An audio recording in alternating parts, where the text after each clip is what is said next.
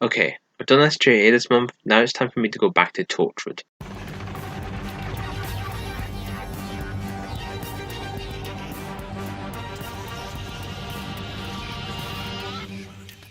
Yes, the spin-off show that was my guest and my second ever video, and yeah, because this is the season of Halloween, this one seemed a bit perfect. So, let's all prepare for some spooky, scary skeletons, and a lot of life versus death.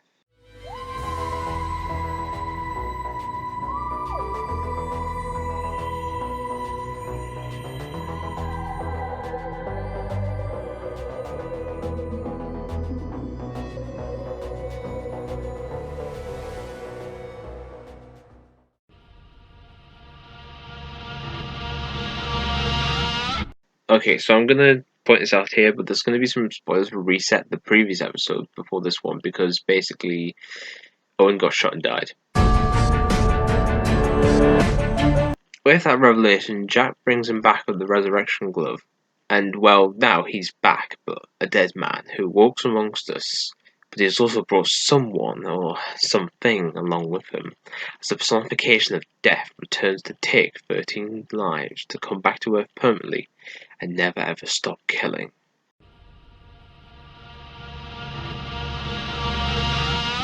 I definitely like the plot of this episode as it deals with messing with life after death. A novel concept as the series broadened itself on showing the fact of its first episode. It gives us answers to what could happen if you could generally bring someone back to life but their body is, well, still dead. And, well, the fact that Owen brings something with him, the personification of death, works as well as because he's empty. He doesn't have anything to defend him from that anymore, so he's just a shell of his former self. I can't really talk about this episode without saying anything but great stuff about Owen. This was the episode that convinced me that both his character and Burn Gorman could really do some great stuff when put to the test, especially when the groundwork was already laid with out of time and combat, the two Owen heavy episodes of the first series, to show that his character could go somewhere if you gave him more to do, which this episode does so flat out well. I like Jack's desperation, his trial to get someone who he'd fought for a long time to keep to his side, even when times were tough in the first series. His actions in the beginning really feel driven to his wants and needs to keep the team around and alive after leaving them to find his right kind of doctor. John Barrowman does a great performance as per usual, fitting towards each type of Jack they has to portray in this episode. Personally, I love the scene between him and Owen in the jail cell, talking about why he wanted to bring him back. It's just so awe-inspiring to hear that he thought bringing his friend back would be some sort of miracle of sorts, which it is in some way, but not in the way he would have wanted. The rest of the team works so well with the fact that Owen has been lost with them, where Gwen and Tosh have these reconciliation moments with him that, as they've really been his pull towards human life, they also wanted to keep.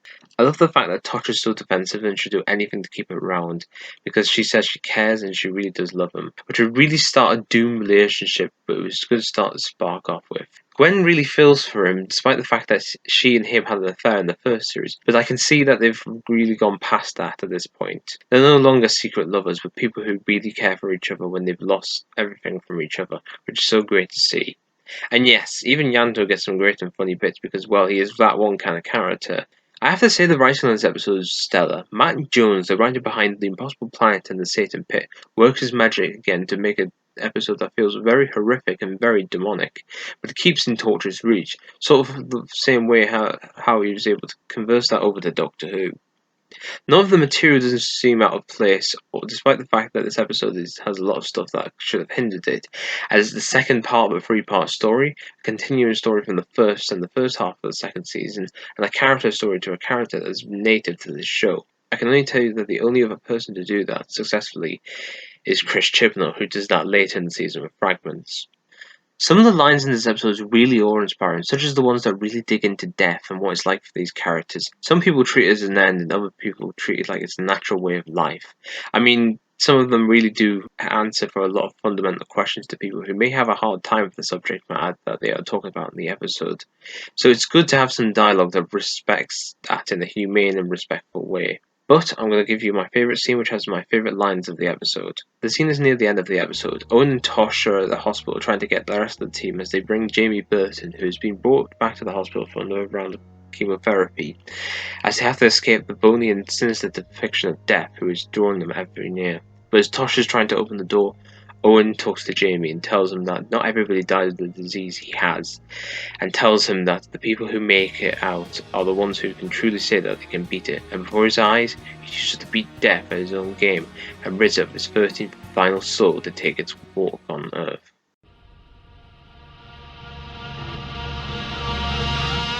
Okay, I'd also like to say that the bar scene in the middle is kind of a little too typical Torchwood.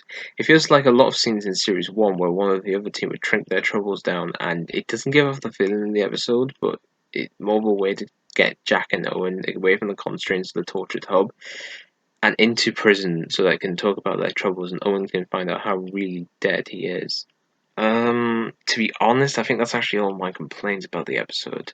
So I guess we could talk about something I don't think many people know about, and I'm probably going to have to separate it off into its own section here.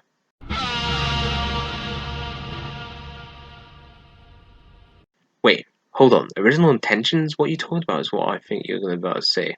And here's my answer to that. So in the production stages of Torchwood Series 2, right up until the point of filming the episode, Owen was actually not meant to be the person who would die and then be brought back to life.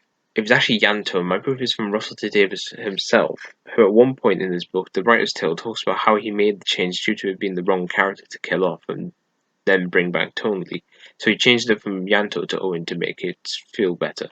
So here's some questions that I think would be good to bring into a discussion. If Dead Man Walking with had Yanto as his main star, would it have worked better or would it have worked worse? Would you care more for Yanto if he became like Owen, the person who's now more of a mere shell of himself that keeps on walking? Do you think, like Russell, it was wrong for Yanto to die for the turn of the show, or was it not? And number 4. Will honey save you money? No, sorry. Do you think it would have changed a lot more in the series to not see the fact that he's a walking person of death afterwards? Alright, I think that may be enough for some people to answer, so I guess we should really get on.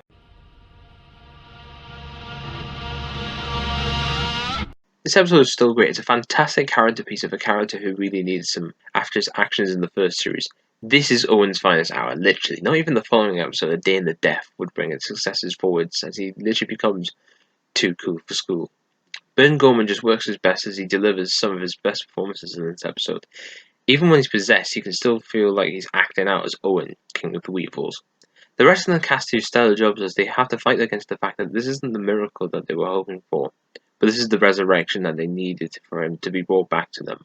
Owen's scenes with Gwen and Tosh are really good as they get to say what they think and also make it feel like it's not soap opera. It just feels genuine to say the least, and at least some people care for Owen, even though what he's doing seems to be wrong. The writing and the direction is top notch with some fantastic but heartwarming parts, including the ending, which I've brought up before, has some really good lines and some great direction to really show the disorientated feeling of being like Owen, being dead but also alive.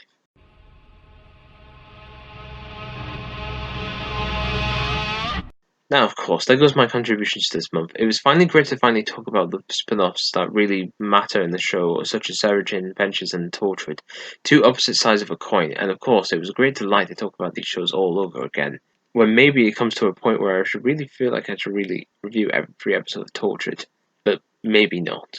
But hey, who knows, maybe it's time to talk about something else, something more active, more interactive. I guess you're gonna have to wait for the next month to find that out. See you next time.